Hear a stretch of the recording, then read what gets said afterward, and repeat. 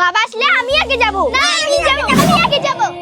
আরে কি হয়েছে? বাবা তুমি দুদিন পর পর কেন বাড়িতে আসো? আমাদের ভালো লাগে না কিন্তু। আরে বৌদি নেই বাড়িতে? না, ওকে আমি 2 বছর আগেই হারিয়ে ফেলেছি। আরে তাহলে তো তুমি আবার বিয়ে করতে পারো। চুপ করো তুমি, ওই দ্বিতীয় বিয়ে আর সৎ মায়ের কথা বলবে না। সৎ মাকে এনে আমার বাচ্চাদের বিপদে ফেলতে চাই না আমি। সরি দাদা। ঠিক আছে আসলাম। কি হয়েছে? জামাই বাবু আমাকে বাড়ি থেকে বের করে দিয়েছে। কি হয়েছে তাতে মাসি? তুমি না হয় আমাদের বাড়িতেই থেকো। ঠিক আছে, বাচ্চারা যখন বলতেছে 2-1 মাস না হয় এখানে থেকো। দীপশিকারিয়া, তোর মাসির সাথে তোরা থাকিস, ঠিক আছে? আমি কাজে গেলাম। এই শোন, আমার দিদির অনেক সোনা গয়না আছে, ওগুলো হাতিয়ে নিতে পারলে অনেক টাকা হবে আমাদের। মা, তুমি সবসময় শুধু লোভে লোভে থাকো, ওর জন্য তো তোমাকে কেউ দেখতে পারে না। কি করে এই সম্পত্তির মালিক হবো আমি, ওটা না ভেবে তুমি শুধু সোনার পিছনে পড়ে আছো। চুপ কর তুই, এগুলো তুই কিছু জানিস না।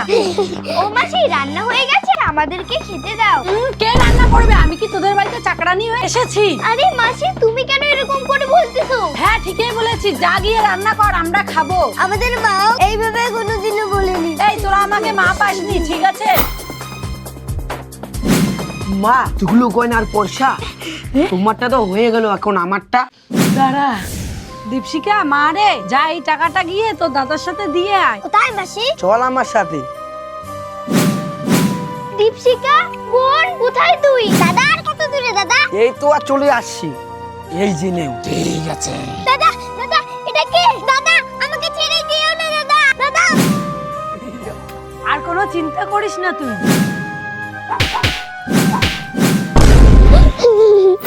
আমার বোন কোথায়? তোমরা আমার বোনকে কি করেছো বলো? এই চুপ করে থাক তুই, নয়তো তোরও পরিণাম একই হবে।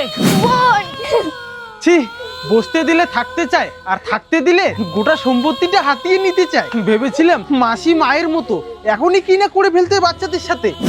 বেরিয়ে যাও আমার বাড়ি থেকে। থাক রে মা, স্বার্থ ছাড়া কেউ ভালোবাসে না।